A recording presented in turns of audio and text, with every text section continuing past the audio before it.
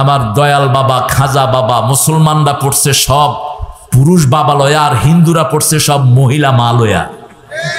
কালীমা, দুর্গা মা, লক্ষ্মী মা, যত মা আছে সব হ্যানে, আর যত বাপ আছে সব হ্যানে। খবরদার, এগুলো থেকে ফিরে আসতে হবে। রাসূল সাল্লাল্লাহু আলাইহি ওয়াসাল্লামের একজন পালক পুত্র ছিলেন, সেটাও নিষেধ করে দিয়েছেন কে? তা আমরা কোরআন মেনে চলবো তো? কোরআন মানতে চান তো? এখন যে কোনো সময় আবাবিল আসতে পারে। এখন মুসলমান অসহায়, ফিলিস্তিনের এই ছোট্ট ছোট্ট শিশুদেরকে দেখলে পাথরের চোখেও পানি আসে, এত সুন্দর আল্লাহ তাদেরকে বানিয়েছেন। বারাকনা হাওলাহু, আই ব্লেসড দিস সারাউন্ডিং, আমি এটার চারপাশকে বরকত দিয়ে ভরপুর করে দিয়েছি। সবচেয়ে সুন্দর মানুষ পৃথিবীতে কে ছিলেন?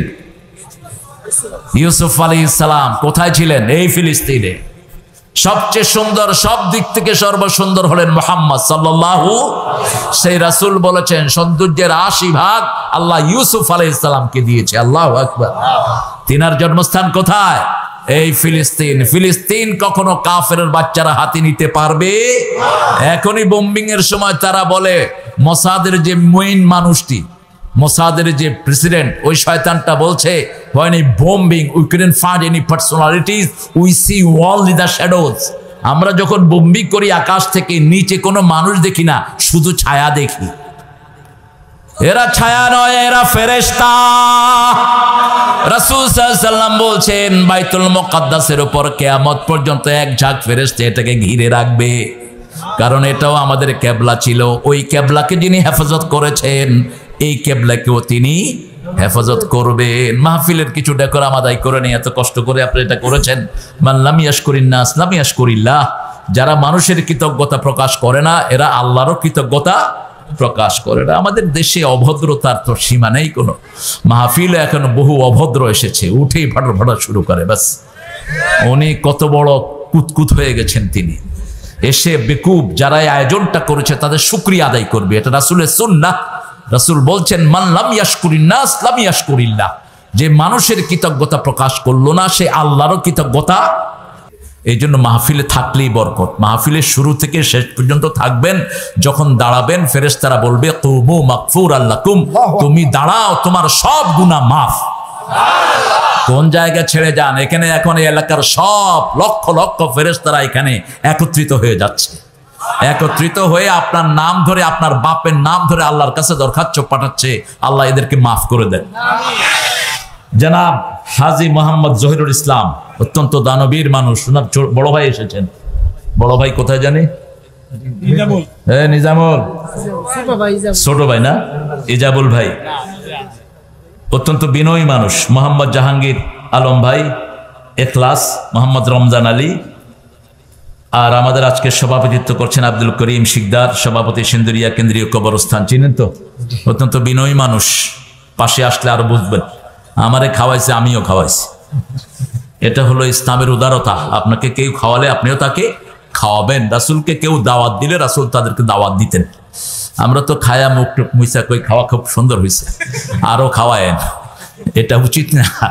রাসূলের সুন্নাহ হলো রাসূল সাল্লাল্লাহু আলাইহি ওয়াসাল্লামকে কেউ দাওয়াত দিলে রাসূল সাল্লাল্লাহু আলাইহি ওয়াসাল্লাম তাকে কি করতেন? দাওয়াত দিতেন। আমি আমাদের সভাপতি সাহেবকে দাওয়াত দিচ্ছি আমার বাসায়, সহযোগিতায় সিন্দুরি এলাকার সর্বস্তরের জনগণ, আর আরজ গুজার মোহাম্মদ আহসান হাবিব ইজাবুল, আর আমাকে খাওয়াইছে এই যে মানুষটি আজকে সারাদিন। চিনেন তো আপনি? কে? ফজল। ফজল, এই ফজল হলো আমাদের সবার মামা। ফজলের একটা মাত্র মেয়ে, নাম রাখছে তানহা, এই জন্য আর আল্লাহ দেয় না। তানহা মানে হলো একা, তানহা যেন নাম না হয়। মুনতাহা রাখে অনেকে, প্রথম বাচ্চার নাম মুনতাহা হবে, দেখবেন যে আর বাচ্চা হবে না। মুনতাহা মানে শেষ স্টেশন। তা আপনি এটারে শেষ করলেন কেন? হ্যাঁ, সিদরাতুল মুনতাহা। এই জন্য নামগুলো হিসাব করে রাখবেন, আলেমদের থেকে জেনে শুনে রাখবেন। আপনারা অনেক ওলামা হযরত এসেছেন, আমি যাদের ছাত্র হতে পারলে ধন্য হতাম।